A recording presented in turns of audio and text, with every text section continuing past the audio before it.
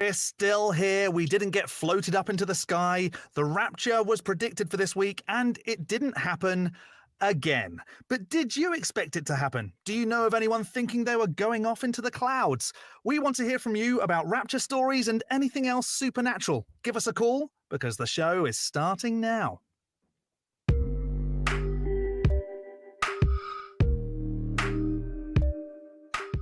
Hello and welcome to another episode of Truth Wanted. I am your host, Jon the Skeptick. This is the live call-in show that happens every single week, Fridays at 7 p.m. Central Time, where we talk to people about what they believe and why. And if you'd like to give us a call, you can at 1-512-991-9242 or through your computer at tiny.cc/calltw. Truth Wanted is a product of the Atheist Community of Austin, a 501c3 non-profit organization dedicated to the promotion of atheism, critical thinking, secular humanism, and the separation of religion and government. And every week on Truth Wanted, we're joined by a very special guest. And this week is no stranger to Truth Wanted, been here many times before, but Calvin Smith. And I love that reveal. How are you doing, Calvin? Please hold the applause. Hold the applause. Hey, what's up, John? Yeah, I'm doing well. You know, living the dream. Maybe a nightmare. Depends on the day of the week. I think that's the thing that you know, guys say now. But yeah, hey, feel like that was awkward. But what's up? That reveal may have been the best reveal I've ever seen of any guest on any show ever. So I appreciate you. No, seriously, yes. We'll come back to Calvin in a second, but before we get started, we want to give you last week's results for the We Want the Truth or WWTT segment. Last week we asked you, why are the aliens aiming comet?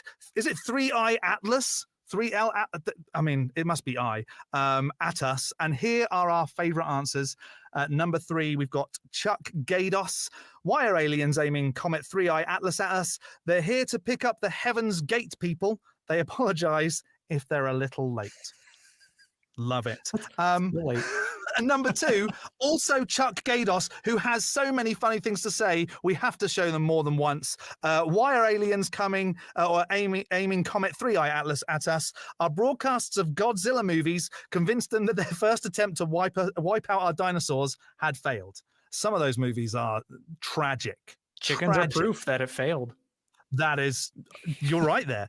And number 1, Ironclad Alibi. Why are the aliens aiming Comet 3I Atlas at us? The aliens think the solar system is a giant pool table and want to use 3-1. It's not an I. I mean, could it be? To knock a few of the planets into the sun. I mean, maybe some days I'd like that to happen. Totally logically possible. Yeah. We do have another comment for this week, but I'd like to bring Kelly up. Because Kelly is our backup host, but also does a great job of asking the questions. Hey, Kelly, how's it going? I'm doing pretty good. How are you? I'm here and I'm breathing. That's all I ask. Hey, that's a win. Every morning when I wake up, I go, cool, I won. There you go. Yeah. Well, I do that too until my back starts hurting because, just age. So I'm like, yeah, I'm breathing, but no, I've got to move. So I get it. You'll get there in 20 years. What's the question for us this week, Kelly? The question this week is wrong answers only. Why didn't the rapture happen this time? John, you got a good answer for that one? Yeah, I actually did think about this. The rapture didn't happen this time because Jesus left the oven on. Ooh. It was distracted. Damn, every time. Yeah. I was going to go and get them, and I forgot the oven. Maybe next year. That's pretty good. Calvin, you got one? Yeah. My answer would be it. I mean, what are you talking? It did happen. It's just we all suck. Literally everyone fucking sucks, and no. Can you imagine that? Like, there's so many disappointed people going, but I thought I did so good. Like, literally, you can't meet that standard. I love these questions, and I honestly cannot wait. Kelly, have you got one? Actually, did you think about it? I had, because we kind of changed the question, we altered it a little bit, and I had one for the old question. Okay. Which was what superpower was used to stop the rapture? I mean, if I remember that. And I was thinking that it was probably like a magneto-like power that made the core of the earth heavier, so nobody could get off. There was too much gravity and nobody could lift up. I wasn't really prepared right away for the newer question answer. I mean, it still works though. Maybe Magneto just interfered with Jesus. Yeah, there you go. Magneto interfered with it. There you go. Done. I really can't wait to see what the audience come up with. So comment on the video, and your comment may well be read out on next week's episode. Kelly, we'll bring you back later to say thank you and have a little chat. But you go and relax, do what you got to do. And you guys have a great show. Thank you. We will. Thanks. We'll see you. Will. So Calvin, I've not really interacted with you before. So I'd like to learn a little bit about Calvin. What is it that you do? Where can we find you? What's the goss? Yeah, cool. I go by Unquestionable Calvin. You can look up Calvin Smith, but you'll either find me or the guy from Answers in Genesis, Calvin Smith, Answers in Genesis Canada.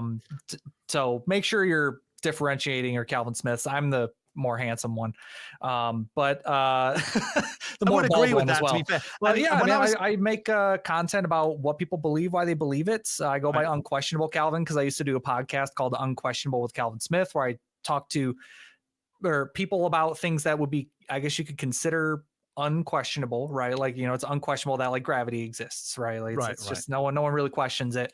I was questioning people that did question that. So good. Essentially on my podcast, you say that people don't question it. You say people don't question it, but I think I was telling you before the show that actually a friend of mine does genuinely question gravity. And that's concerning. Very much so. Anyway, carry on. Sorry to interrupt. No, you're good.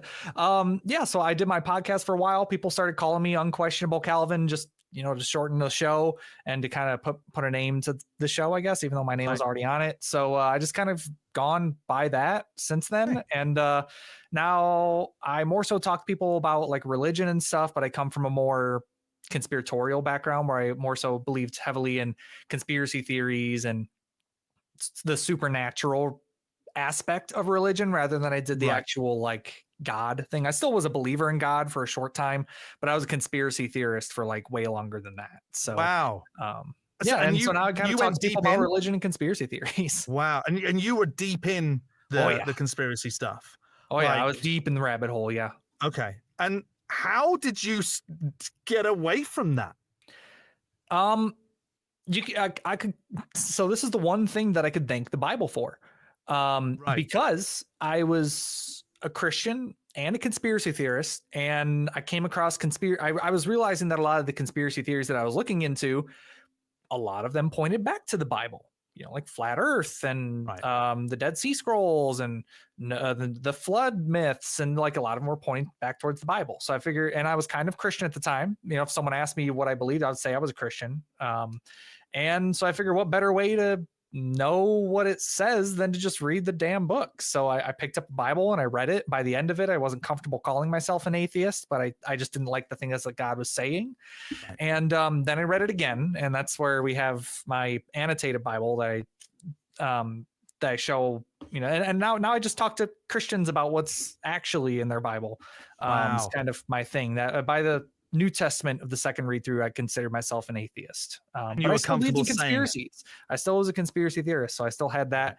It's because I learned how to question these beliefs that I was able to apply that same amount of skepticism to the other beliefs that I had, and so I just kind of learned to be a better skeptic, I guess. Wow. And are there times that you miss like that side of things, and just like how much easier it was to just go, oh, that's the explanation for this? Yeah. Do you miss that? It's like it was I kind of do, but I kind of don't, because like it was fun. I loved doing it. Like I love spewing this weird shit that I was saying. Right. But at the same time, like it was so frustrating because I kind of, like I felt like I was saying so much, but nobody was listening to me. And the reason why no one was listening to me is because I was saying crazy stuff.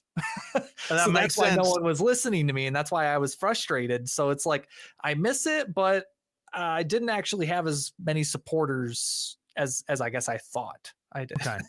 and have you found like a new network of people around you that aren't conspiratorial and kind of accept like how you were to how you are now? And yeah, absolutely. I mean, it's been probably about 4 or 5 years since I kind of like really, the big conspiracy theory that I really held on to the most dearly was the whole Atlantis stuff, like Atlantis being a real civilization with ancient lost high technology. Like that was that was everything to me, you know, so that was the hardest one. That was harder for me to say I don't believe that anymore than it ever was to say I don't believe in a God. Wow. It really did, you know, hurt me because it was so fun. I loved talking about it. I loved like teaching people stuff. And like I was teaching people like partially real information, you know, like real measurements and, you know, studies and stuff. But I, at the same time, was using like little bits and pieces of just bullshit online to kind of push a weird narrative that I wanted to be true.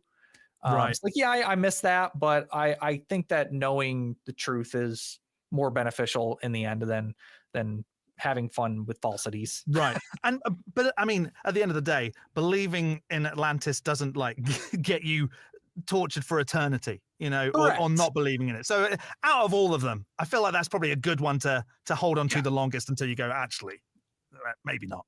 Exactly. Okay.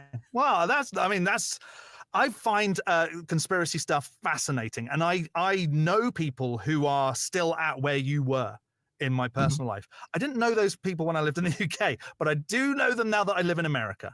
And it's fascinating that people do genuinely accept all of these things as like, this is the truth. So I'm good on you for finding a way out. And that's incredible.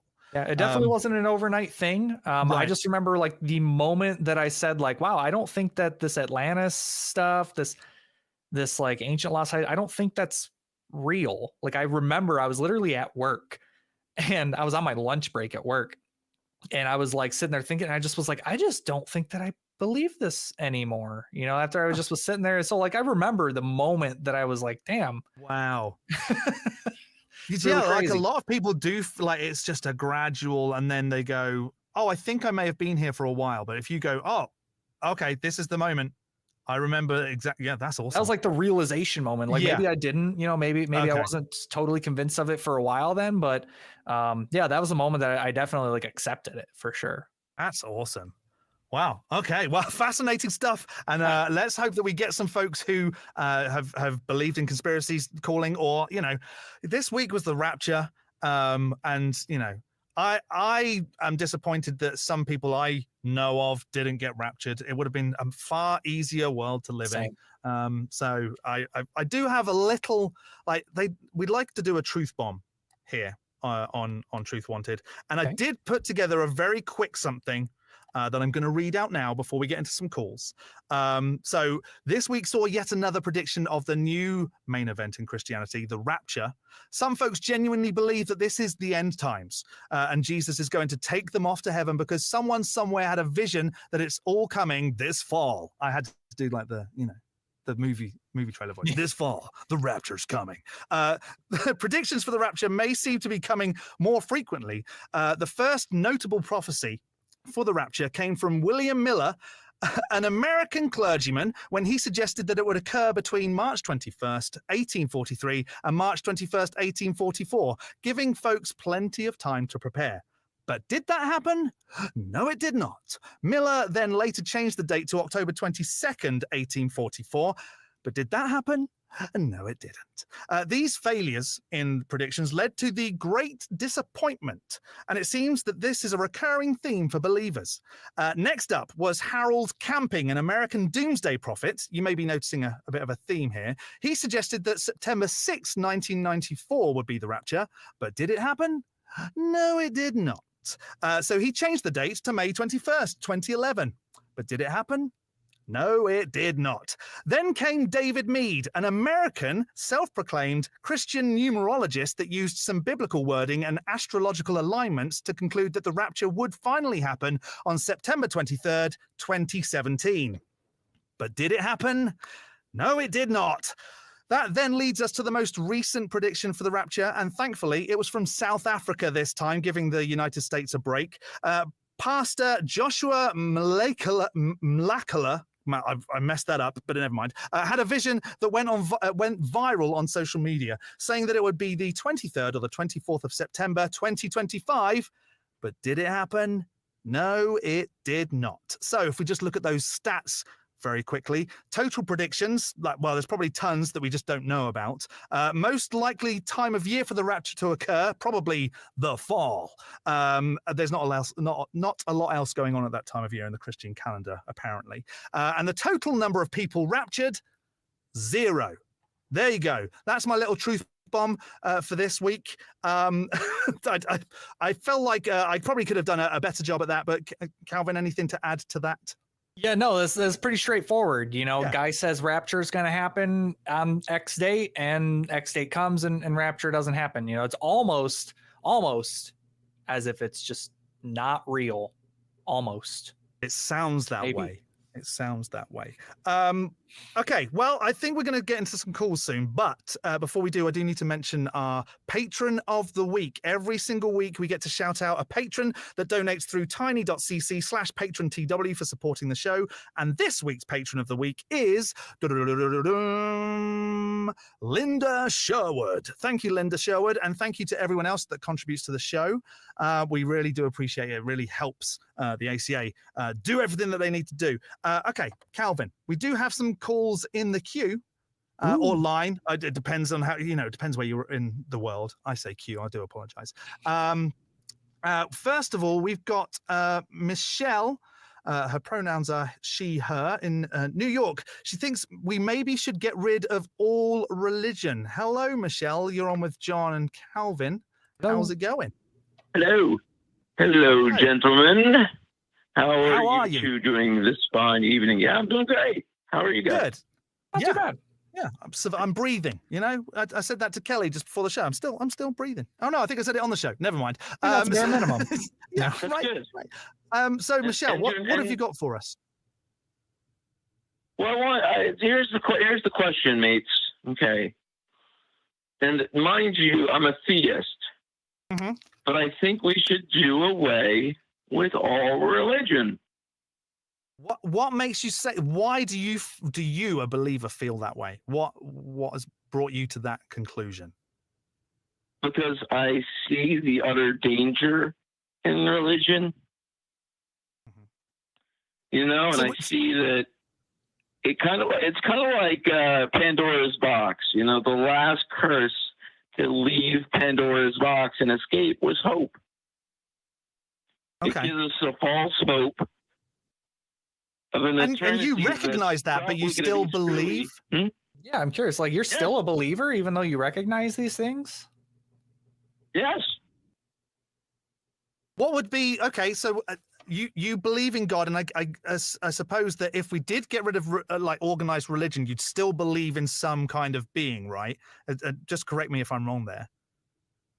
To my dying day, but I wouldn't speak of it to a single soul, because I think that's how we should orchestrate our society. Okay.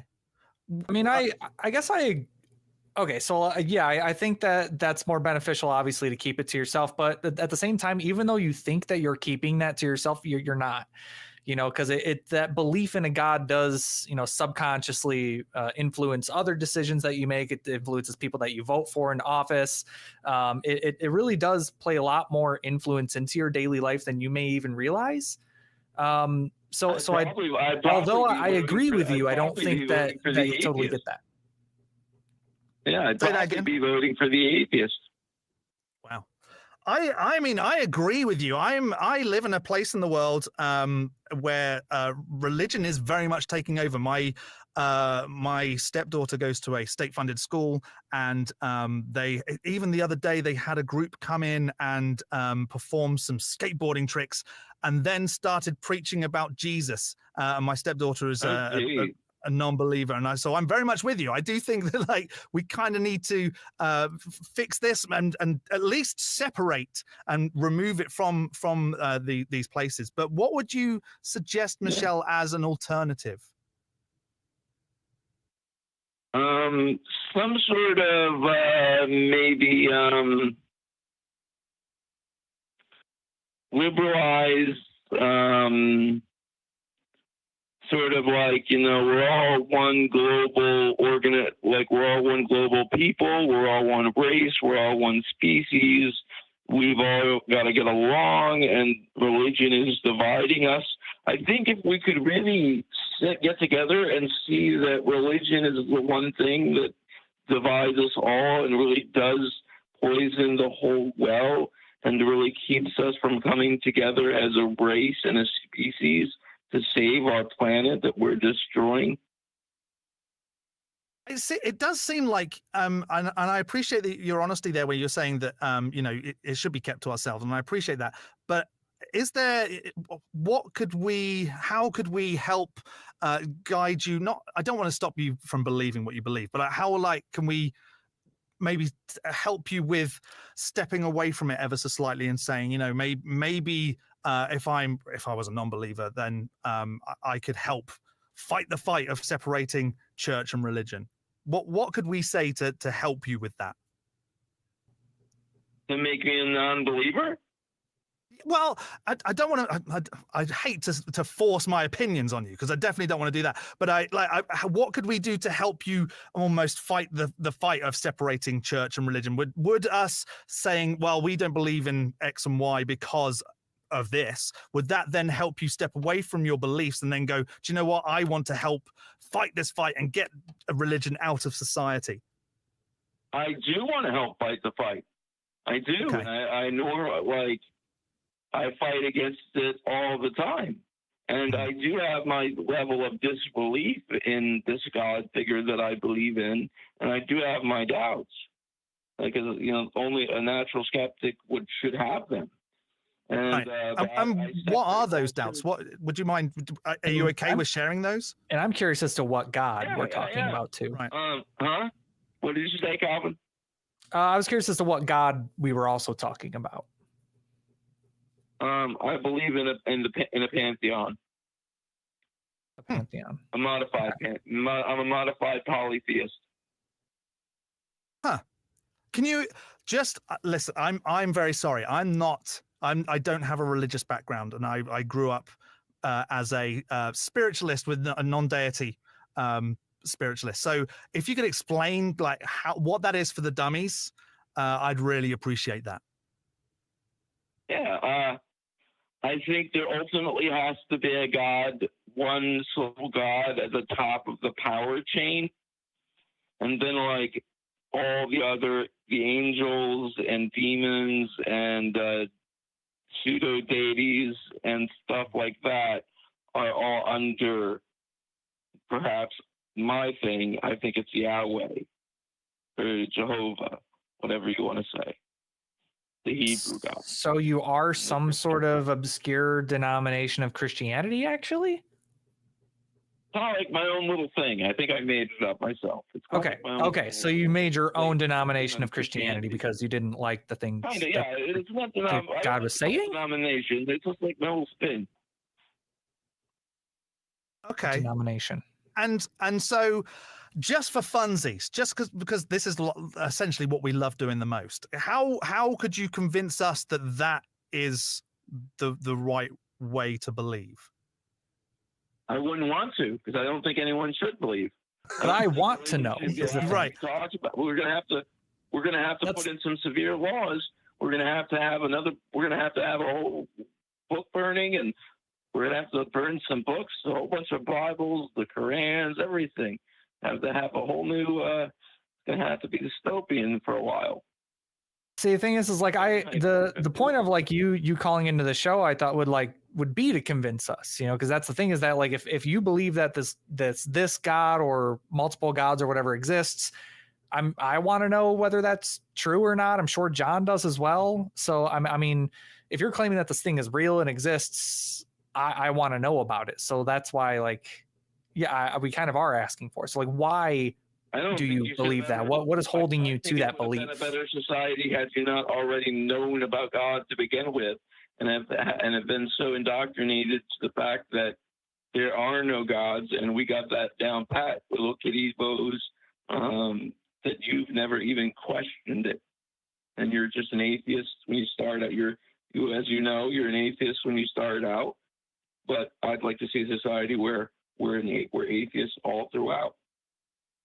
And I agree with you. I'd like to see that too, I think. Yeah. But what benefits would you see from an all atheist society? Because there are places in the world that would label themselves as fully or majority atheist. So what would you like to see from that? What would be a benefit if we were all atheist? I'd like to see this is everyone in our society feeling like they really do belong, and there's not this great wide of gaps in between us where it's like it seems to be all religion and spirituality.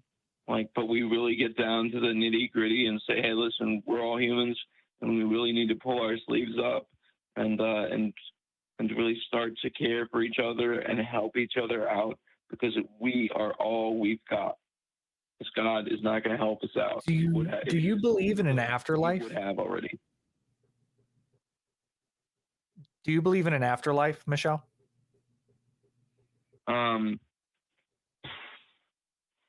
I don't know. I mean, all the books say there is an afterlife, and they say there are good afterlives and not so nice afterlives. And for what I'm not teaching, but for what I'm saying on this call right now, if this God that I believe in does exist, I suppose I could wind up in a nice afterlife. But since this is my heart and this is my mind on the matter, I'm going to be true to myself and honor my feelings and thoughts. It does sound like, and again, correct me if I'm wrong, but it does sound like you are trying to almost fit in the atheist bracket, and maybe you've got to the point where you'd like to say you are, but you can't because you still believe. Would I be correct in that? Right. Yes. Okay. Well, what could we do then? Calvin and I are here for you right now. What could we do? What would you like for us to do? Would you like for us to say why we don't believe and maybe sort of help you step away from it? Because it almost sounds like that's where you'd like this to go. Not necessarily. Okay. I mean, I've had some good times with that guy up in the sky that says he is my daddy. I tell you, I've had some good times with some friends down the pub, so I get it. Sometimes he's my whiskey and wine from a time to time. You know what I mean? But it's just like, is that still small voice that I hear also the same monster that allowed slavery in his book? Right. And I would definitely focus on that kind of thing. If that's the route that you'd like to go down. Calvin has read the Bible back to front a couple of times, and we were speaking about this before the show as well, that's what got him to the point of, this is not, it doesn't make sense. I would suggest reading the Bible and well, there you go. But I would definitely go start to finish a couple of times and just really focus on, like, I'm not reading this as a believer in Christ or a believer in the God. I'm just reading this as words in a book, and really take in what's being said and question it. Like, seriously ask questions about what these words are saying, and call into some of these shows and say, I read this in the Bible and I just cannot get my head around it. What would you suggest? Especially folks like Calvin, who know the Bible. He can definitely help you. There are tons of other hosts on the ACA shows who can guide you in what their understanding of the Bible is. I am not that guy. I do not. I'm in the place where I cannot accept that the Bible is divinely inspired. So the words in it for me are pointless. There's no point in me reading it. I mean, I know Bible verses, obviously, but there's no point in me quoting Bible verses because I cannot get my head around it being the word of any God. And that's not just the Bible, the Christian Bible. That's all holy literatures.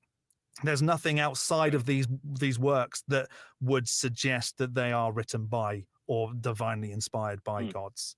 Well, let me ask both of you gentlemen, if I may, one parting question.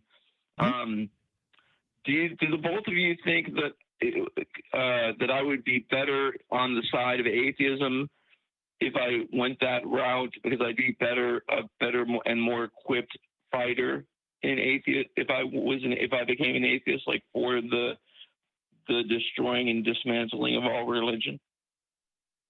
Calvin, I'll let you take that. Yeah. So, I mean, the thing is like with atheism, that doesn't include the destruction of all religious beliefs and, religious fundamentalism. It doesn't include like being atheist is just not believing in a God. Like that's all it is.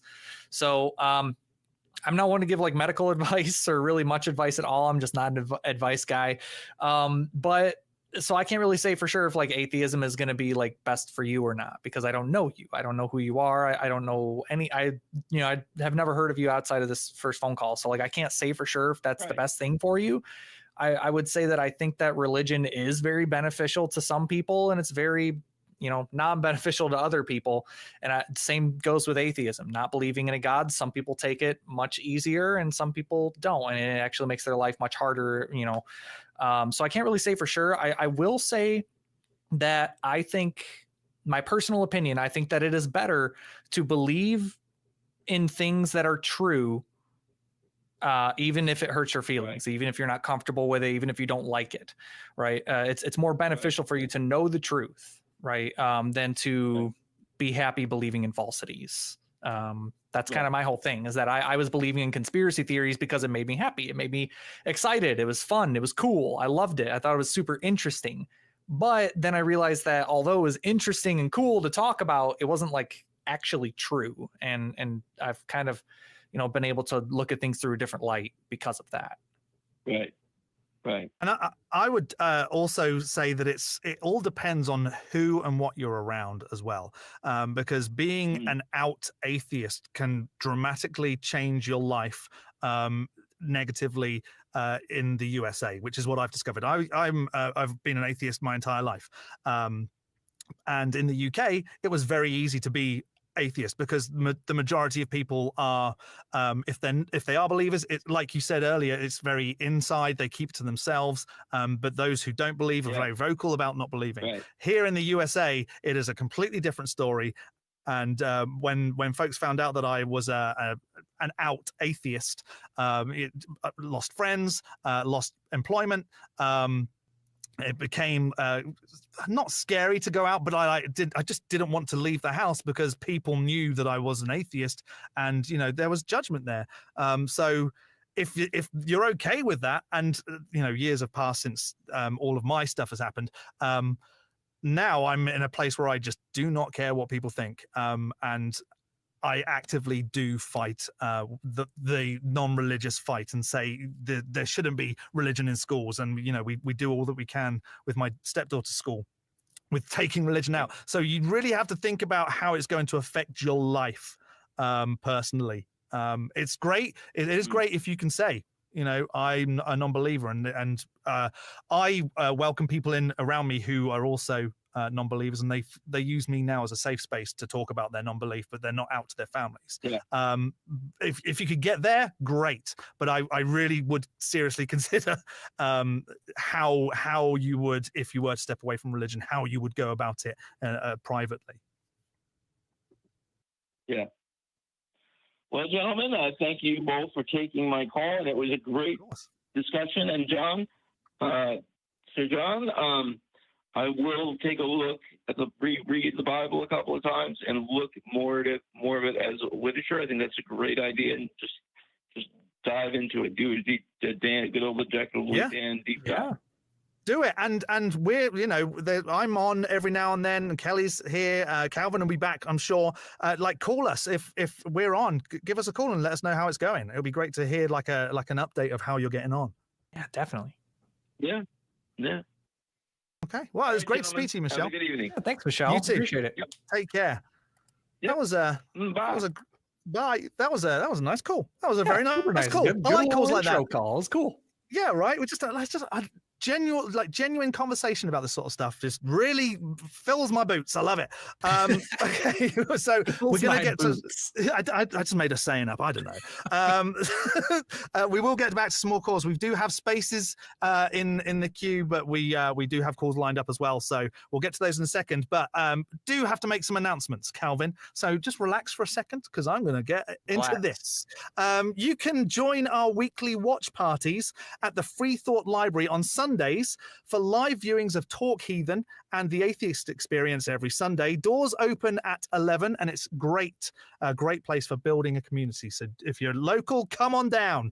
I wish I was closer because I would love to. Another way to support us is by sending super chats. I have seen some coming in. Get them in and we will read all of them before the show's over. If you're in the Austin area, follow us on Meetup to keep up with the community events. You can see what's going on at tiny.cc/ACA Meetup, Philosophy Under the Stars, game nights, and tons more. And last but not least, we've got to thank the crew, because without them, we would be just a black screen. Terrible. So let's see that crew cam. Come on up, crew. Thank you to the video operators. Look at everyone there. You're all so handsome. Of all of our video operators, audio operators, mods, and note takers, and call screeners. Probably should say thank you to Kelly. Just if he's there, he might have hidden. No, don't thank Kelly. What are you talking about? No, let's never. Oh, there he is. Oh, there he is. There he is. Kelly is like the man when it comes to backing up shows, and is a great host as well. So Kelly, we love you. It's not hard to just sit here and do nothing, though. So you're doing a great job. Doing a great job. I am doing a good job of that.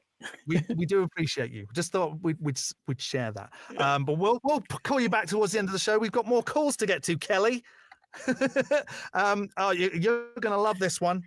This is a regular to the show, Calvin.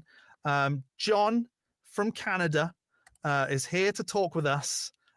Hold your horses, Jon. I'm going to tell Calvin what we're talking about before you go. But Charlie Kirk was a hero and is now a martyr. Hello, Jon. How's it going? It's been a long time since I've spoken to you. Yes, it has, Mr. Jon the Skeptick. And how are you, Calvin Smith? I'm good. How are you? I'm good, good. So, like I said, Mr. Kirk, the late Mr. Kirk, was a hero because he was brave enough to tell the truth. And he died for his beliefs. What happened to him was a tragedy, no doubt about that, and the killer should be brought to justice. However, in his death, he's now been solidified, immortalized. And you agree that he should be immortalized, and he should be seen as a martyr? Is that correct? That is completely 100% correct. Okay, and that is blasphemy. Just right. Well, and just as just so I got the full picture, Jon, where do you identify? Because I know a little while ago you identified as atheist, and is that still the case? Let's just, I've been thinking, let's just say I'm back to agnostic. Back to agnostic. Okay, well, that's fine. That's just so we know. Okay, let's get into this. Let's just say one truth that he said that would be deserving of him being turned into a martyr. Well, for one thing, that men and women are two different beings, two different creatures, and they should be separated in certain areas, and that trans should not be taught in schools to children, and he's totally against woke. Okay. That was a lot. That was three things, right? And I just want one. Calvin, how do you feel about the first point? Yeah. No, I'm honestly just kind of caught up on this martyr thing. Like, right. What was he a martyr for? He died for the cause. You see, when he was alive, what cause? And when he was speaking, he was being criticized, terrorized, being called a racist, bigoted, all the bad words you could possibly think of for speaking his mind. And now that he's dead, the movement has gone stronger. But tons of people show up for the funeral. They say, "Long live Charlie Kirk." It's even bigger he's even bigger now when he's deaf than he was when he was alive. That makes him a martyr. Well, I do think that the reason that he's being catapulted into the front of everything is because of the way it all happened, the way it came about, and people who didn't know him have now seen videos of his debates, and I say debates, loosely, and that's why there's all this around him, because suddenly the horrific act that happened has now catapulted all of his videos into they're going viral because the people are interested in who he was. So I'm very much on the side of I do not think he should be immortalized that way. It definitely probably should be a good conversation for amending the gun laws in this country. But I guess you're in Canada, so I don't know how. Are there gun laws up there? I think it'd be pretty similar to the UK, right? But I think maybe that's a route we should go down. People have far too much access to weapons over here, and maybe that could be a good call. That might be a good way to immortalize him, but I definitely don't think he should be a martyr for what he what he said. It doesn't matter what you think. Point is, he is a martyr, and there's no changing that now. But what I find really appalling is that you have people who are celebrating over his death, saying that it was a great thing that he died, or people who say that he shouldn't be mourned because of his political views. That's what really disgusts me. Yeah, let me just pause you there, John. So I'll just be straight. Like, I don't think anyone should be shot for any reason. Like, I'm just not for it. It's not for me. I don't think that's cool. Don't do it. Right. So I don't think that it is I don't think it was the right thing to do, right, to Charlie Kirk, right? But I mean, let's go this route. Do you actually think that Charlie Kirk was not saying very, very insensitive, racist, misogynistic things? Do you think that just none of that was being said? If you consider saying the truth about biology and not saying that black people or anyone ethnic people have to follow the rules or obey laws and that no one should be given privilege and everyone should be treated equally under the law. If you want to call that bigotry or evil or racist, whatever, that's just being racist. Yeah. That's not racist. That's just being that's being racist. To say that everyone has to follow the rules. Or that you weren't saying everyone. You were singling out different ethnicities in that one sentence. So that's not everyone. You're saying this group of people should be following the law, and this group of people. That is bigotry. It's the truth. Everyone includes ethnic people, white people. So I said the word everyone. Everyone should follow the rules. Okay, I'm amending my statement. Everyone should follow the rules. Okay, are you satisfied now? And everyone's equal. No one should be given privilege. No one. That's what the United States was built on. That's what I am saying. But that wasn't what Charlie Kirk was. That wasn't his memo, though. That's exactly what he was saying. That's exactly what he was saying. Exactly. I completely disagree. There were times that he said, like, if he saw a black pilot, that he would wasn't it something like he would consider not getting on the plane, or he'd be wondering how they got there. I actually have quotes ready to go if you'd like to hear them. Yes, John. please. Like this one, speaking of blacks, they were actually better in the 1940s. It was bad. It was evil. But what happened? Something changed. They committed less crime. Black America is worse than it has been in the last 80 years. It is true. It's completely 100% true. Statistically, you're on the wrong side of history. Yeah. No, I'm on the right side of history here. He spoke racist one. I really don't know why you guys have a problem with everyone being treated equally. Why do you feel that's not everyone? That's singling people out. It's the wording right there, John. Excluded. Why do you? I'm gonna mute you just a second. I thank goodness we have that. But the wording there specifically targets one ethnic minority. And so that isn't everyone. I'm sure Calvin's got a ton more there. So I'm gonna let him read a couple more. Yeah, we got one about trans people. I mean, just given what I can only imagine what you think about trans people. So, yeah, I mean, Charlie Kirk also said about trans people, a man who calls himself trans is wearing woman face, no different than I would wear blackface trying to be a black person. It's assuming an identity that isn't yours.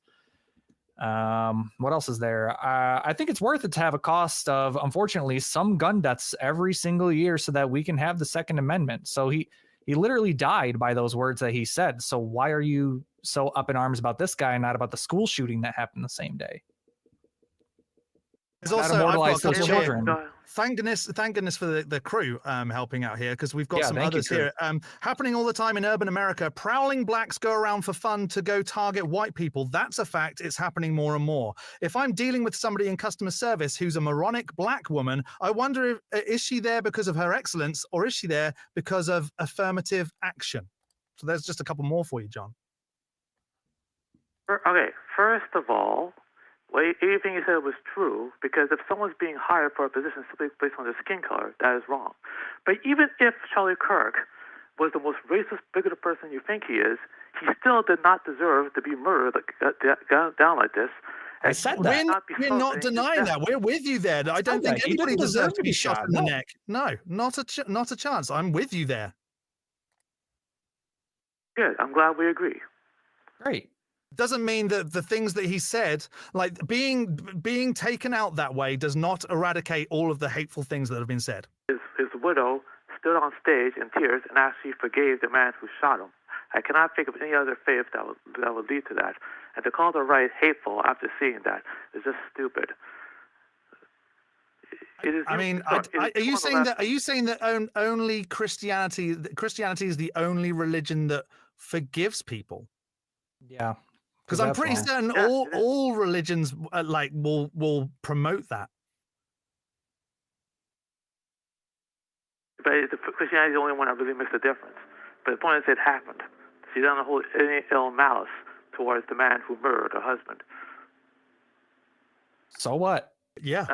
What is great, cool? Like, she forgave a murderer. Like, great. That doesn't give the world the opportunity or the right to make him a martyr for this. It's happening, gentlemen. Mark my words. It is happening. What is happening? Right. Charlie Kirk photographs all over the world. The funeral was huge. People rallying his name. You know, at the funeral, so many people came to protest it, but very few people showed up. Because it was a marketing scheme. Mm-hmm. What was it was a marketing scheme for the Republican Party and Christian nationalism. It was like they were like, damn, that's the perfect opportunity. It was a funeral. As funerals go, and I don't know how many funerals you've been to, but I have been to a fair few funerals, and I've never seen a funeral where they had pyrotechnics and made a big song and dance over the death of a person. Yeah, it was more Coachella than it was a funeral. Right. I agree with that completely. A great man is dead, gentlemen. You can't deny that. I'm going to disagree with you there and say that a man is dead. Yeah. And a man who's yes, again, we'll reiterate it 100 times. Do not agree with the way that he had his life taken away. But I'm not going to sit here and say he did great things. Well, he told the truth, gentlemen. He told the truth about the world. It doesn't sound like he did tell the truth. It sounds like he told things that you agree with. Yeah, he said his opinion, and you agree with his opinion, but his opinion is wrong. It is the truth. There are only two genders, and people are getting privileged when they shouldn't have it. There's not. All right, there's not two genders. Give me for your time. Yes, there are. This is our show. We'll talk over you if you want. But there is. I'm sorry that now I'm just going to stop you. But there's more than two genders. I'm not going to let you get away with that. I think he rage quit.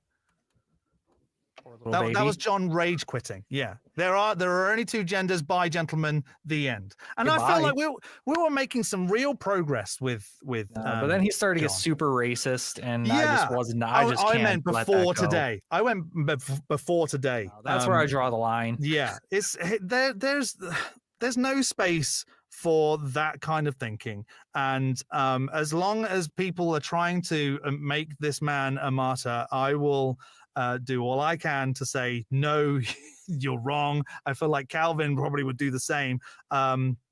Definitely do not agree with John there.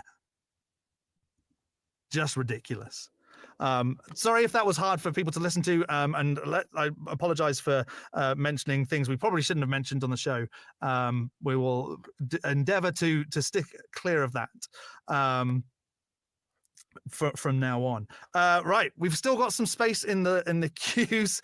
Oh, there's some what a juxtaposition from the lovely call from Michelle to bigotry from John from Canada. Okay, we've got some screenshots that we can deal with just to like bring it back, Calvin. That's Screenshots. Screenshots.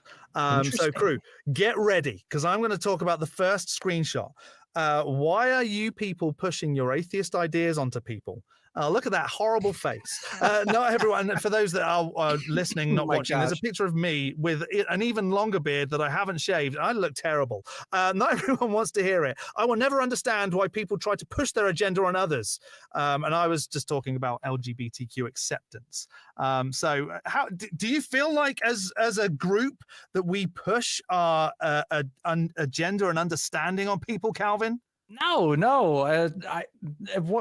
Because the thing is like no two atheists are the same, right? Like just because we just don't believe in a God, that's the one thing that we're sharing in common. Like anything else is not contingent to that idea. So no, I don't agree. You can put like even two atheists in the same bucket, let alone all of them. Right. And I think like we need to be more accepting and generally non-believers do appear more accepting of gender identity and sexuality and all this. So of course I will always speak up for those that are marginalized because I am in a position of power. I'm a straight white man, so I get the goods there and I get to say, no, you're being silly. And I will continue to do that, but I don't feel like that's pushing an agenda. I'm just saying, no, you're silly for your X, Y, and Z belief. Yeah. As again, like you say, nothing to do with atheism. That's just being a nice person, being a good, being a half decent person. Right. I don't see what's so wrong with that. I like a bit of humanism. You know, we're all humans. We've got to look out for each other as best we can. You know. Kelly did one. Kelly did this one. Well, we do have fossil evidence of humans and dinosaurs together, and people always try to say, oh, he had a deathbed confession. Kelly was talking about the origins of young Earth creationists there. Yeah, I'm with you there, Kelly. We've got the evidence. Like evolution is the most supported scientific theory. There's the evidence is overwhelming. I wish John was still here. We could talk about that with him and maybe he could rage quit on that one as well. Oh man, am I the first person to have John rage quit? That's what I'm wondering. He's done it a few times. Never with me. He just runs away on the regular. Yeah, he's not very good at. He just likes to shout and spout and then run away. That is the first time it's happened to me, though. I think. Yeah, we're so lucky. Maybe next time. Yeah, right. Another one. Let's keep going with these screenshots because we've still got space in the lines for you. Wrong, buddy. Kelly gets a lot of action here, by the way. Wrong, buddy. You have no clue what you're talking about. You haven't seen anything for over 1 billion years. You walk in faith. It's your religion. Clueless. And Kelly's talking about why evolution is just a theory is nonsense. Oh, there he is. You can defend yourself here, Kelly. I didn't even know I was going to be there. I was just there. Very confusing. Give him a warning at least. Right. Fight back, Kelly. Right. So, that is something I get all the time as well. Evolution's just a theory, and of course, it's people using the word theory colloquially instead of the way it's meant in scientific terms. So, it's a big mistake. I get a lot of theists saying it, and I really, really wish they would learn to understand the two meanings of the word. So there you go. Yeah, and it's a tough one because it doesn't seem like it registers in their head. And another one that always bothers me that they say too is, so you believe everything came from nothing? Oh yeah. That's. I mean, define nothing first of all. Yeah. I always turn it back around on them. No, you're the one that believes that. What did your God make the universe out of? Right. Yep. Magic. Poof. Nothing. Like a daily interaction for me. Right. Yeah. Yeah. I get it. And actually, Kelly, we've got another one for you. So, Oh, goodness. hang fire. Boy, I really attract them, huh? You do. I don't know. I get like, and this is a common theme as well for us. Like when it comes to like the thankful for our haters comments, I get like one or two, and you and Dan just get like obliterated. It's just because I don't do anything. That's why. Right, Kelly. Wow, there is so much hypocrisy in this. Logically, if the best explanation for something is not even considered due to presuppositions, that isn't science. Even if you don't like the idea of it being a creator. And that's where you're talking about evolution is just a theory again. Yeah, back to that again. And I'm not making presuppositions here. I'm using actual evidence that we have gathered through, and here's another thing too that really bothers me about a lot of Christians with evolution. Oh, here we go. It's like they learned what the original information we had about it from like 1880, and they don't realize that there's 150 years worth of science that we've gathered since then. So they're going, hey, there's all these holes here. Well, yeah, but we filled those holes. Those holes have been filled up. They've been filled up in the fossil records. They've been filled up with DNA evidence, which is amazing. So yeah, that one really bothers me there. The evolution evidence of the gaps, we call that, right? Yeah. It's like the other one, the one that they use. But I get a lot of really, really, really bad information. Like, we don't have this part of Lucy's skeleton, and you can't say that she was walking upright because the hip's not really there. And it's just like, but we've found other Australopithecus though, and we have their hip bones, so we do know how it works. Yeah, that one gets me as well. Yeah, poor Lucy is incomplete, but let's look at all of her cousins. Yeah. There you go. Yeah. I think we found like over a dozen of Australopithecus skeletons now. So yeah, and I think they struggle with going, well, Lucy's the one that we are worried about. She's got a name, so that's the one we're concerned with. No, come on, there's plenty out there. She was just the first one. That's right. Yeah.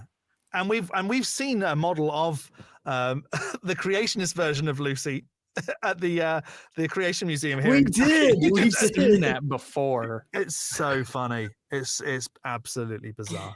Yeah, that was good. We have had some super chats from Crispin. I'm just going to say thank you, Crispin, for your super chats. You didn't say anything, and that's okay. Sometimes saying no words is absolutely fine, but we appreciate you, Crispin. Is that when we're meant to stop and give like a random fact whenever we get a super chat, right? Sure. You want one? You want me to do one? I can do one real quick. Do one, Kelly. Okay. There's a scale of hardness for minerals that goes from 1 to 10. It's called the Mohs hardness scale. And there's only one mineral that, depending on which plane you check, has 3 different hardnesses. And it's kyanite. Interesting. There you go. Okay. Little trivia fact. I'm glad that you're here because before the show, I said that the only facts I've got are personal, so I was just going to tell my shoe size. So that's actually a good. Well done, Kelly. Dude, that's more facts than I have. I don't know shit. There you go. Same. I just like to float through life not knowing stuff. It's just easier, right? Yeah. Well, we haven't got any more calls. So, I mean, if we can get at least one more, come and tell us about if anybody's been that you wanted to see Rapture didn't go. I'd love to hear something like that. I've got some.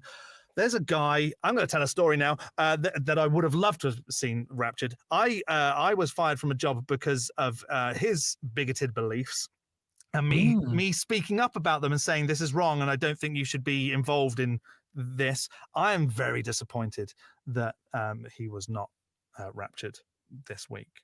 That's fair. There you go. Calvin, have you got someone? Man. Is it too much to say my dad? No. No. I'm putting you on the spot. Yeah. Yeah. No. Honestly, I have. So someone who's a neighbor of mine, I actually made friends with them recently. Before I realized that they were very heavily religious, and they really loved Charlie Kirk. Apparently. Oh no. So. Probably that person. We're not friends anymore, needless to say, since that whole thing happened. We stopped communicating. So maybe that guy. Maybe Jon from Canada. Certainly not watching, but you're right. It would have been nice for maybe Jon to be raptured and go and find out after all that. Yeah. Maybe Kelly, he's into it. maybe. Kelly, have you got anybody that I would like to see raptured? Yeah. I could think of 3 or 4 people, but I'm not going to name them. Good. It's probably best not to, actually. Yeah, we don't want to dox anybody. It's just, yeah, that's fine. But other than that, I could think. I about to say I could think of one other person. No, I can't say his name. So, and I've got a friend. She is like outside of religion, one of the loveliest people I've ever met. But the other day, she did start talking about how she thinks that gravity is a bit funny and that she doesn't understand how people don't fall off the bottom of the earth. And I feel like it might just be easier for her to be raptured. You know, Magneto doing it. Yeah, there you go. You know, it might just do her some good to be raptured, and then she doesn't have to worry about gravity anymore. You know, that's like a nice rapture. You go get raptured. You're fine. We have got some calls coming in, so this is great. There's stuff happening, so we'll continue the rapture stuff. And I'm not sure, crew, and I'm sorry, but there's two things from Crispin. So I'm going to say thank you again to Crispin because it looks like they gave a super chat twice, and that then means, Kelly, you get to do another fact. Oh goodness gracious, huh? Oh no, that's not a very good one. Oh, you caught me now. Poor Kelly. Look, I pulled something up, and now I'm going to do a random generator. Here we go. The year, and this is from a website, so this might not be a fact. This might just be made up. But the year 46 BCE, known as the Year of Confusion, was a whopping 445 days long. Julius Caesar added 3 extra months in order to make up his Julian calendar lineup, make it line up with the seasonal year. Oh, there you go. I did know that. That is true. I could totally believe that. That's really interesting. There you go. Well, thanks, Crispin. That's your fault that we had to do that. And if you want to add any more super chats, feel free. Draw a complete blank. Right. Well, look, I have an excuse. Generators. I have an excuse. Yeah, right. Yeah, Kelly was sick this week, so we're glad that it wasn't sick. It was very serious, but we're glad that you're doing better because we need you around here. Thanks. Yeah, appreciate it. Good times. Very much appreciated. Calvin, going back to your conspiracy stuff.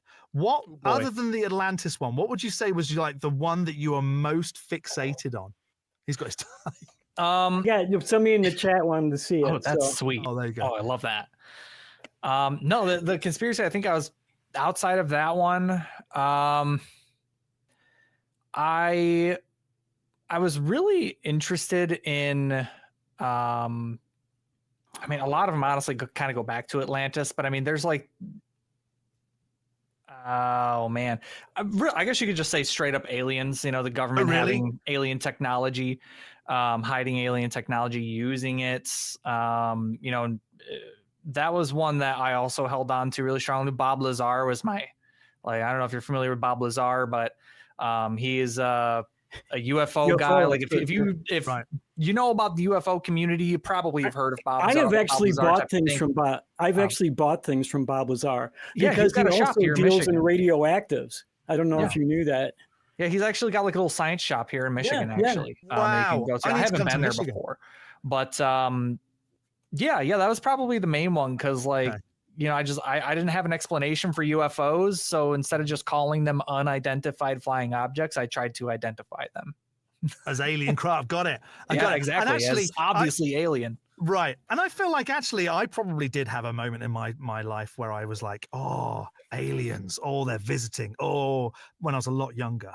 Now I'm too old for that. And I'm just like, nope, I can't be dealing with this anymore. I do like the fact, though, that I like the idea of there being other life out there because it's, you know, it's just such a vast universe. But are they visiting Earth? I don't think so. There's far better planets to go and visit where they don't believe in gods and fight each other over it. You know, there's probably a nice planet somewhere where they all just go, no, we know why we're here. And that's it.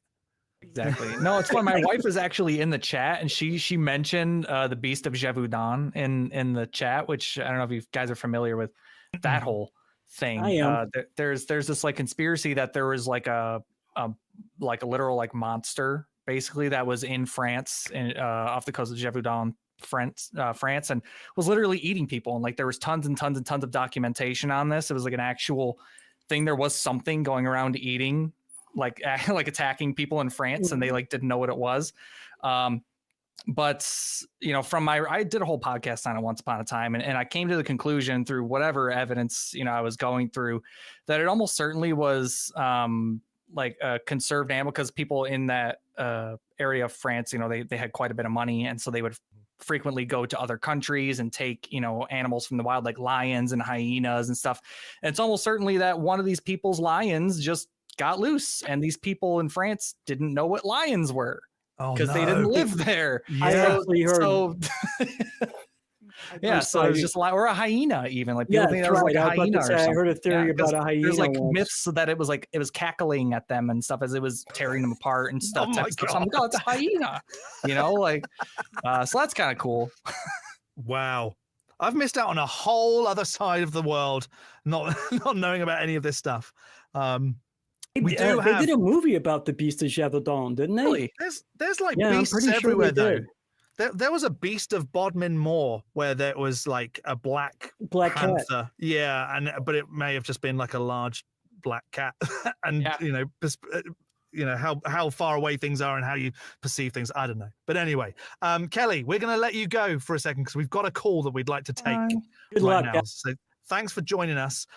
So Calvin, we've got another call from Derek. Derek from Texas wanted to run the idea of a God concept only existing through human language. Hey, Derek, you're on with Jon and Calvin. How's it going? It's going all right, Mr. Calvin and Mr. Jon. How are y'all doing this evening? Good. Yeah, we're getting through.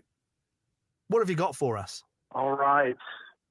Well, you know, I've been kind of trying to find, like, well, if there is evidence, should it not exist outside of what somebody says or what some book somebody points to?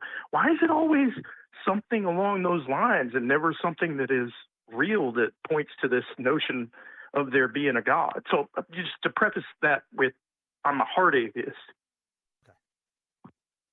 Okay. Calvin, go ahead. I've been talking a lot.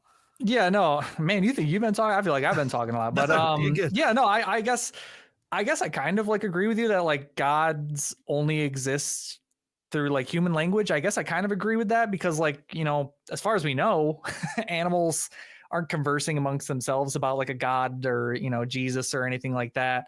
I mean, I guess not necessarily. I guess if we even lost the ability to speak, we still could conceptualize, you know, a God, I would assume. You know, like who's to say like the ancient people who didn't quite have like a language developed, you know, didn't have some sort of like supernatural belief. I guess we'll never know. There's no way for us to know. So it's like, I guess I kind of agree with you. I kind of disagree. I don't know. I'm kind of somewhere in the middle.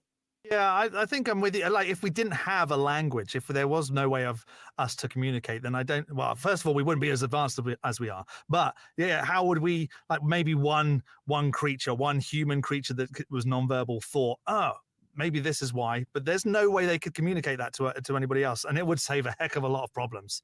Oh my word. If we couldn't communicate, oh, how blissful would life be? Right. So it kind of lends itself to, are we able to define concepts into existence? It certainly seems that like that's how things that are untangible, non-tangible, like that is how they exist. You know, the concept of Bigfoot is only a thing because, you know, somebody one time went, oh, I think that's a large ape man. You know, people talk about unicorns. The unicorns exist in the fact that they're a concept, because somebody at one point went, oh, a rainbow horse with a horn. Maybe that's what they were talking about. You know, that's my version of a unicorn. So yeah, without words, yeah, of course there wouldn't be the concept of it. So yeah, I'm kind of with you. Okay, right, and that's obvious because we're calling into an atheist show. But so I have these conversations with theists online, people I've worked with, and I'm very sentimental to what Jon said earlier about losing employment and things of that nature. I've seen some pretty, bizarre things in the workplace where somebody will tell another person, hey, you know that the only reason why other people don't believe is because they just want to sin. And I'm like, hey, bro, do you know the definition of sin? It means a transgression against your God, a God that you have no ability to prove exists at all. So how am I sinning? Right. And so are you kind of like, how do you deal with these, Jon and Calvin? How do you deal with these situations? Because it seems like you're being put upon by these folks, and are you kind of searching for a way of like, how do we deal with that? Well, it's really, now I don't have literally any atheist friends around that I can just talk with like this. So I do apologize if everything is too close to, to find a contention or something to, but going back to earlier, let's see, like there may be a bit of a contention to draw upon. Whenever I said that, are we able to define things into existence? So if you use the example of a unicorn, just because I define a unicorn, does that actually represent it in existence? Right.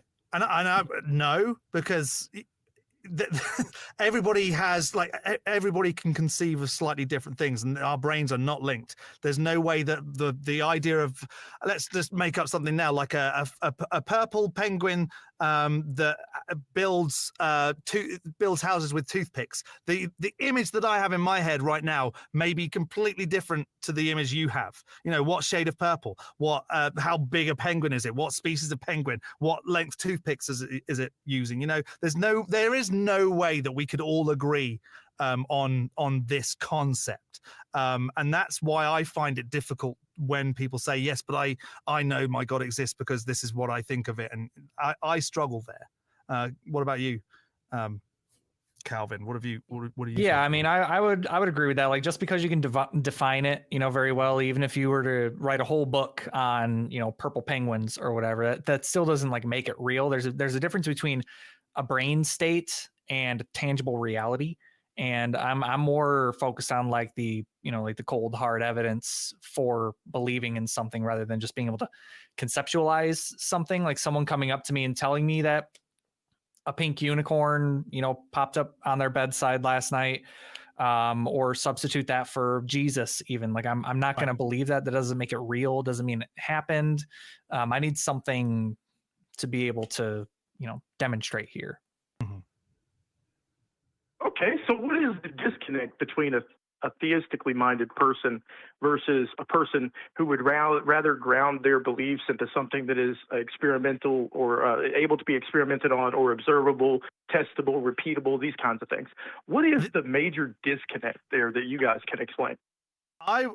The honest answer is I don't know, because I don't know what theists are thinking, and I don't know why they're convinced of what they believe. But to me, my difference would be like Calvin. I just need hard evidence. I need something that is demonstrable, repeatable, something that will definitely prove what X is and why it exists.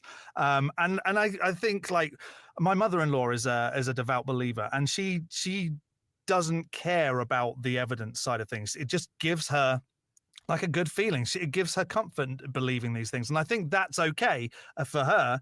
And maybe that is the difference. She just doesn't care. It gives her comfort. That's why she believes. Again, like Calvin said earlier, I care about things that are true.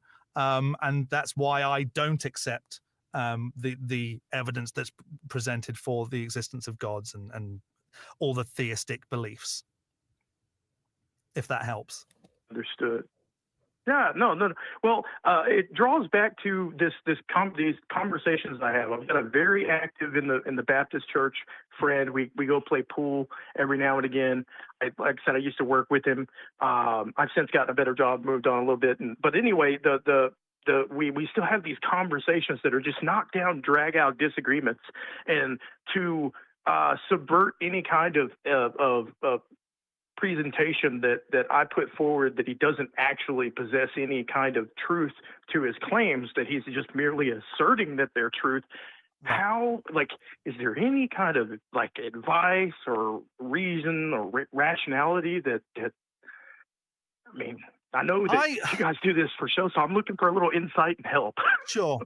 I find, and this may be different to Calvin, but I find a great technique is asking questions. And the more questions you ask and allow the person you're asking the question to think about their answer, and then repeat their answer back to them, almost they hear the words and they think, actually, that doesn't make a lot of sense. Don't try and force beliefs onto people. That's only ever going to create division and guardedness. Just be, honest and say, okay, well, why do you accept this? And what could you say to me that might convince me? And that eventually helps them step away from what they're saying and maybe rethink it. Calvin, have you got anything there? Yeah, I mean, I guess kind of echoing off of you, I agree. Yeah, just asking the questions. I don't know if you're familiar with street epistemology. It's something that I practice on the regular. It's basically just the Socratic method of questioning. You're not enforcing your beliefs on anybody. It's quite literally just learning what questions to ask and what experiments that you can do even on the fly to do this. I take a sign and I go right out to the downtown area near me, and it just says "Ask an Atheist" on there, and I just stand there silently, and people can ask me questions, right? And I'm never telling. I don't tell people what I believe. I allow them to ask me questions. I respond to the questions, but I don't. I don't come out saying I'm an atheist. I believe that you're believing in fairy tales or whatever. Right. If someone says, hey, I believe in a God, you can start by just asking, what God? Why do you believe that? If all else fails, what's the number one reason why you believe in this God? Is it something that we can test for? What can I do when, after this conversation, what can I do to be convinced of this? Is there anything that I can do? I guess a couple good book suggestions would be A Manual for Creating Atheists by Dr. Peter Boghossian. It's a really great book about street epistemology, early street epistemology, checking out SE International with Anthony Magnabosco, super cool guy. Just learning what questions to ask, when to ask them, and how to ask them. You want every conversation to end with like a handshake. If right. You're walking away from it and you both are angry, or one of you is angry, then no one's going to go anywhere. No one's going to entertain changing their minds. You want to just plant those seeds of doubt, but like as cordially as possible. Yeah. Okay, because I get essentially labeled as being a mockery or creating a mockery of somebody's belief if I just try to point out a flaw. So that information and that kind of reinforcement of how I should go about, not necessarily poking holes in somebody's belief, but just kind of find a way to go about dancing around asking questions and let them lead themselves to that. And we are by no means experts, so please don't take that as what you should do. That is just again, Calvin and I may be different, but it's just what works for us. There are places where you can poke holes. People have YouTube channels and TikToks where they take an argument and poke those holes, and that's a great place to do it because it helps you get it out there. But in real life, you don't want to be doing that, in my opinion, because again, you do create those walls, those barriers, and it just makes it hard to have conversations. And like Calvin said, you want to have good conversations. You want to leave these things feeling like, oh, that was a really nice chat and I learned a lot, and they may have learned a lot as well. So that's absolutely what I would recommend. Also, just whilst you're on the line, Derek, I do want to just let you know that there are probably a lot more non-believers around you than you realize. And yes, since I've been out in Kentucky as an atheist, I've had a ton of people come up to me and say, I don't believe either, and thank you for being a voice and giving me a place to come to. So there are places, I guarantee, around you that have non-believers there, and search on social media for groups in your area, because I guarantee there are some folks out there. I got kicked out of a group. I went into it. It was like a chit chat where you have the town, and it's a such and such chit chat group. And I just asked, hey, is there an atheist community? And I got hit with all kinds of slander, devil worshiper, and then I got kicked out. And so, you know, I've tried, but as a result, you're somewhat right here, because as a result, I have had a couple of people reach out to me through instant messenger. I just, at the moment, I'm working so much in my job. Everybody literally there, like, that I've met is just so staunchly religious. Right. And a good tip that I have done and given people a safe space online was I created a group on the most popular social media. I nearly said it then. I guess we could say Facebook. Yeah, we're allowed to. And I created a group for my hometown and just said, like, I think it was atheists and secular believers, you know, something along those lines. And I just created a group and I didn't invite anybody. And slowly more and more people are joining it because, you know, they recognize that's a place they can go to. So you can just create that space and, you know, eventually people will come there. All right, perfect. Well, I will definitely give that some consideration and see how it goes from there, because I'm past the phase of being offended when somebody tells me that their beliefs say that I would go to hell if I don't convert or any of this stuff. I'm well beyond being offended by somebody trying to or appearing to facilitate and present their beliefs as if they're just concerned or care for me and my soul, whatever that is. You know, I'm well beyond that. But I also don't want to come off as offensive. And it seems as though through the communication that I'm getting reciprocated to me is that, you know, I am mocking them, and I don't, you know, they're friends. I don't want to do that. Right. And that says a lot about you, Derek. That says, like, you know, I want to have these conversations. I want people to know who I am, but I don't want to be offending folks. So I just like to have some conversations and find some like-minded people. And I guarantee you, the more you do it and the more conversations you have, you know, asking questions, you will definitely find those people. I can guarantee. We're at what now? 1 in 4 in the USA are now at least nuns and have no religion. They may believe in a God, but there's no, like, it's not Christian or anything like that. So, nuns, atheists, and agnostics make up 1 in 4, I think.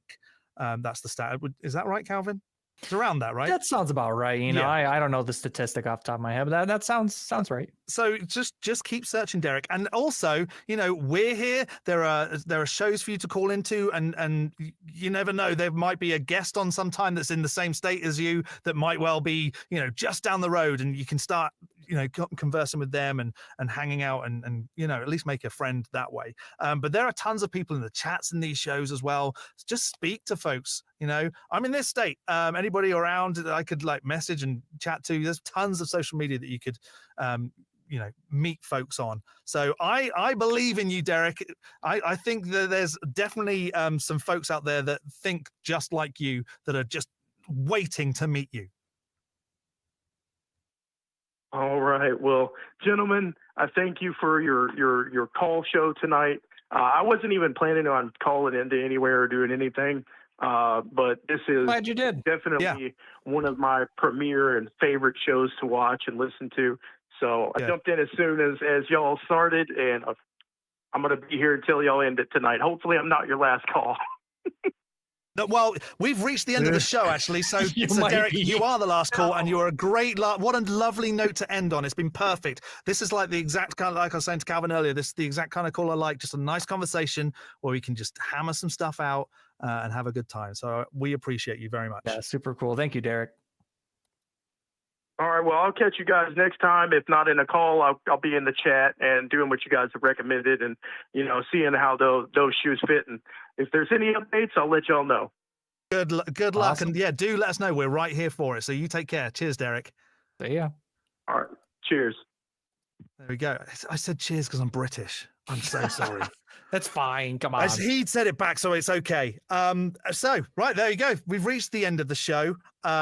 Calvin, thank you for hanging out with me. I had a great time. It's great to meet you, and I like let's do this more. I want to hang out with you more. For sure. Do you have my number? You know where to find me? There we go. I'm everywhere, you know. I don't know. Let's chill. Let's do it. Just remind the audience where they can find you.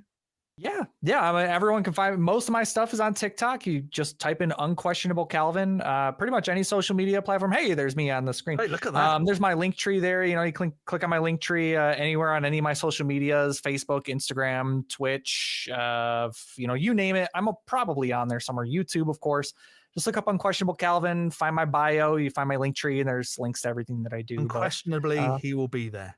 Unquestionably, there's no question about it.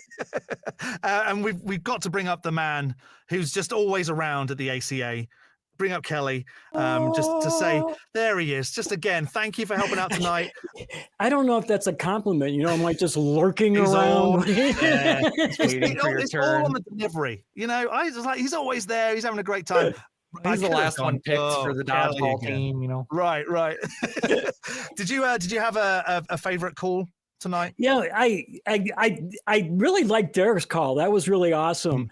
And that was really, really cool. I always like a really good conversation like that, I got to say. And I want to point out something else. I made a prediction of calls before the show. You did. 3. You said 3. I said 30. That was over exaggeration. Fulfilled. Kelly Yeah, is Jesus. There you go. He's got the hair. Kelly Christ. It makes sense. Kelly, can you just reiterate the question of the week for us? I can, and we only want wrong answers only. Just the wrong ones, no right ones. I want to get it exactly right, and I don't have it right here. Oh, I love throwing Isn't that horrible? deep end. Why didn't the rapture happen this week? Yeah, and you can comment Wrong on the video. answers only. Wrong answers only. And put them in the comments below after the show, not in the chat, but in the comments below. I saw the Joker's Wild had a really good answer to it earlier, so I hope you get that. Definitely put it in. Definitely Yes, put it in. definitely put it in there. That's great. Calvin, any parting words of wisdom? Stop believing in fairy tales. Good. I love it. I love it. Thanks for hanging out with us on Truth Wanted, and we will see you next time. See ya. Keep wanting the truth. There you go.